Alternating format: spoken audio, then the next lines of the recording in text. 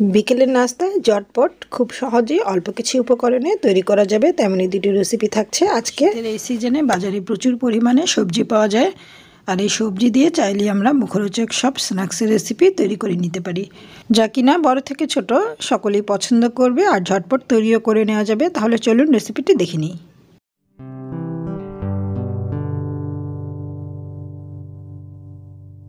রেসিপিটি তৈরির জন্য এখানে আমি একটি ডিম নিয়েছি, সামান্য একটু সাদা গোলমরিচের গুঁড়া আর সামান্য একটু লবণ। এটাকে আমি ভালো করে মিক্সড করে নিচ্ছি একটি কাঁটা চামচের সাহায্যে। মিক্সড করে নেওয়া হয়ে গেলে এটা একপাশে রেখে দিচ্ছি। এবারে একটি মিক্সিং বোল নিয়ে নিলাম, আর এই মিক্সিং বোলের মধ্যে প্রথমে আমি নিয়ে নিচ্ছি 1 কাপ পরিমাণ ফুলকপি নিয়েছি, আর ফুলকপিটাকে 2 থেকে 3 মিনিটের মতো ফুটন্ত গরম পানিতে আমি একটু ভাপ দিয়ে নিয়েছি। এখানে নিয়েছি 1 কাপ মটরশুঁটি, আর মটরশুঁটিটাকেও আমি একটু বেশি সময় 4 থেকে 5 মিনিটের মতো ভাপিয়ে নিয়েছি। এর চেয়ে বেশি সময় আবার বয়েল করা যাবে না, তাহলে আবার মটরশুঁটির কালারটা নষ্ট হয়ে যাবে। এখন এখানে আমি নিয়েছি 1/2 কাপ পরিমাণ গাজর, আর গ্রেটারের সাহায্যে গ্রেট করে এটাকেও জাস্ট গরম পানিতে দিয়ে 1 থেকে 1.5 মিনিটের মতো রেখে সাথে সাথেই তুলে নিয়েছি। এখন দিয়ে দিলাম 1/2 কাপ পরিমাণ সেদ্ধ আলু, আর আলুটাকে সেদ্ধ করার পর ম্যাশ করে নিয়েছি। এখানে নিয়েছি 1/2 কাপ পরিমাণ চিরা, আর চিরাটাকে 2-3 বার খুব ভালো করে ধুয়ে পানি ঝরিয়ে নিয়েছি। পানিতে ভিজিয়ে রাখার কোনো প্রয়োজন নেই, শুধু ধুয়ে পানি ঝরিয়ে নিলেই হবে। এখন দিয়ে দিচ্ছি 1/4 কাপ পেঁয়াজ কুচি, আরও দিয়ে দিচ্ছি 1 টেবিল চামচ কাঁচামরিচ কুচি। ঝালটা আপনারা আপনাদের স্বাদ অনুযায়ী অ্যাডজাস্ট করে নেবেন। এখন দিচ্ছি বেশ খানিকটা ধনেপাতা কুচি, আর ধনেপাতা কুচিটা দেওয়ার ফলে এই ভেজিটেবল কাটলেটের মধ্যে সুন্দর একটা ফ্লেভার পাওয়া যাবে।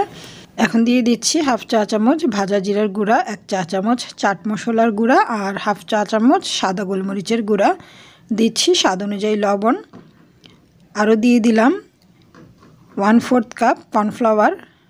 এখানে কর্নফ্লাওয়ারের পরিবর্তে আপনারা চালের গুঁড়াটা ব্যবহার করতে পারেন ভেজিটেবল কাটলেটটাকে ক্রিস্পি করার জন্য, তবে ময়দা ব্যবহার করলে এটা কিন্তু বেশি ক্রিস্পি হবে না, শুধু বাইন্ডিংয়ের কাজ করবে।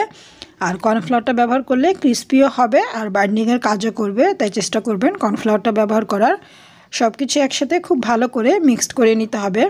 ভালো করে মিক্সড করে নেওয়া হয়ে গেলে এখন 2 হাতে একটু তেল মেখে নিলাম। তারপর এটাকে কাটলেটের শেপ তৈরি করে নিব। আপনারা চাইলে একটু গোলাকৃতির বা ওভাল শেপের যে কোনো রকমের কাটলেট তৈরি করে নিতে পারেন, তবে আমি গোলাকৃতির কাটলেট তৈরি করে নিলাম। নিয়ে এখন এটাকে প্রথমেই যে ডিমটা তৈরি করে রেখেছিলাম, ডিমের মিশ্রণটা সেটার মধ্যে দিয়ে দিচ্ছি। দিয়ে উল্টে পাল্টে দুপাশে ডিম দিয়ে কোট করে নিচ্ছি।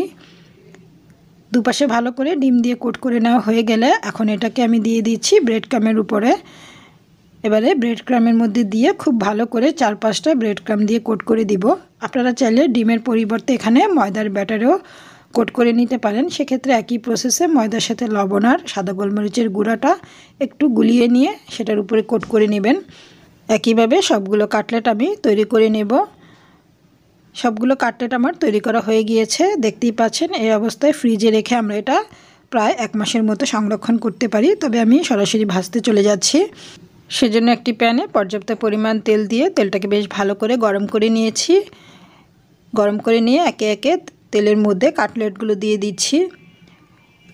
একে একে সবগুলো কাটলেট দিয়ে চুলার আঁচ মিডিয়ামে রেখে এই কাটলেটগুলোকে 4 থেকে 5 মিনিটের মতো ভেজে নেব। প্রায় 1-2 মিনিট পর এক পাশ হয়ে গেলে উল্টে দিচ্ছি। উল্টে দিয়ে অপর পাশেও ঠিক একইভাবে 1-2 মিনিটের মতো করে ভেজে নেব। বেশি সময় ভাজলে কিন্তু বিস্কিটের গুঁড়াটা পুড়ে যাবে আর কাটলেটগুলো খেতে তিতো লাগবে, তাই খুব বেশি সময় ভাজা যাবে না। 4 থেকে 5 মিনিটের মতো ভেজে নিলেই কিন্তু কাটলেটগুলো তৈরি হয়ে যাবে। প্রায় 4-5 মিনিট পর সুন্দর একটা কালার চলে এসেছে, দুপাশেই ভাজা হয়ে গিয়েছে এবং খুব সুন্দর ক্রিস্পিও হয়েছে, দেখতেই পাচ্ছেন। এই পর্যায়ে এসে কাটলেটগুলো নামিয়ে নিচ্ছি। একইভাবে বাকি কাটলেটগুলো আমি ভেজে নেব। আর এই ভেজিটেবল কাটলেটটা আমরা বাচ্চাদের স্কুলের টিফিনে কিংবা বিকেলের নাস্তায় দিতে পারি, বাচ্চারা ভীষণ পছন্দ করবে। আর দেখতেই পাচ্ছেন কতটা লোভনীয় হয়েছে। এবারে চলে যাচ্ছি পরবর্তী রেসিপিতে, চিড়ার কাটলেট, যা কিনা হাতের কাছে থাকা উপকরণ এবং খুব কম সময়ের মধ্যেই তৈরি করা যাবে এই কাটলেট। তাহলে চলুন রেসিপিটি দেখে নিই। চিড়ার কাটলেট তৈরির জন্য আমি এখানে 1 কাপ চিড়া নিয়েছি এবং এই চিড়াটাকে আমি পর্যাপ্ত পরিমাণ পানি দিয়ে বেশ ভালোভাবে 4-5 বার পানি পাল্টে পাল্টে ধুয়ে নিব, যতক্ষণ পর্যন্ত না পানিটা একেবারেই ক্লিন হয়ে যায়। আমি বেশ ভালোভাবে চিড়াটা ধুয়ে নিয়েছি, পানিটা একেবারেই ক্লিন হয়ে গিয়েছে। এবারে এই পানিটা ঝরিয়ে চিড়াটাকে একেবারেই ড্রাই করে নেব। একটি স্ট্রেনারে নিয়ে আমি পানি ঝরিয়ে নিয়েছি চিরার, যাতে চিরার মধ্যে একেবারেই পানি না থাকে। দেখতেই পাচ্ছেন একেবারেই ঝরঝরে। এবারে আমি এর মধ্যে দিয়ে দিব 1/4 কাপ বয়েল ম্যাশড পটেটো। এরপর এর মধ্যে দিয়ে দিচ্ছি 2 টেবিল চামচ একেবারে মিহি করে কাটা পেঁয়াজ কুচি দিয়ে এরপর আমি দিয়ে দিব 1/4 কাপ পুদিনা পাতা কুচি, 1/4 কাপ ধনে পাতা কুচি। কারো পছন্দ না হলে ধনে পাতা কিংবা পুদিনা পাতা স্কিপ করতে পারেন। এরপর দিয়ে দিলাম 1 টেবিল চামচ কাঁচামরিচ কুচি, সাথে লাল মরিচ কুচিও আমি দিয়েছি। এরপর দিয়ে দিলাম স্বাদমতো লবণ, 1 চা চামচ আদা পেস্ট এবং 1 চা চামচ রসুন পেস্ট। এবার আমি এর মধ্যে দিয়ে দিব 1 চা চামচ লাল মরিচের গুঁড়া। এরপর দিয়ে দিচ্ছি 1/2 চা চামচ চাট মশলা বা চটপটির মশলা। এই চাট মশলা রেসিপি আমার চ্যানেলে দেওয়া আছে, আমি লিঙ্কটা ডেসক্রিপশন বক্সে দিয়ে দিব। এরপর আমি দিয়ে দিলাম 1/4 চা চামচ গরম মশলার গুঁড়া। এরপর দিয়ে দিচ্ছি 2 টেবিল চামচ ময়দা। আপনারা চাইলে আটা কিংবা বেসনটাও এখানে ব্যবহার করতে পারেন ময়দার পরিবর্তে। এরপর আমি দিয়ে দিচ্ছি 1 টেবিল চামচ কর্নফ্লাওয়ার বা কর্নস্টার্চ। এবারে সব কিছু একসাথে খুব ভালো করে আমি হাত দিয়ে মিক্সড করে নিচ্ছি। চটকে মিক্সড করে নিব হাত দিয়ে, যেহেতু চিড়াটা 3-4 বার পানিতে ধোয়ার পর একেবারেই সফট হয়ে গিয়েছে এবং এখানে আমি আলু ব্যবহার করেছি, কাজেই হাত দিয়ে একটু চটকে নিলেই সব কিছু একসাথে খুব ভালোভাবে মিক্সড হয়ে যাবে। একটু ড্রাই হয়ে গিয়েছে, তাই এর মধ্যে আমি 2 চা চামচের মতো কুকিং অয়েলটা দিয়ে দিলাম।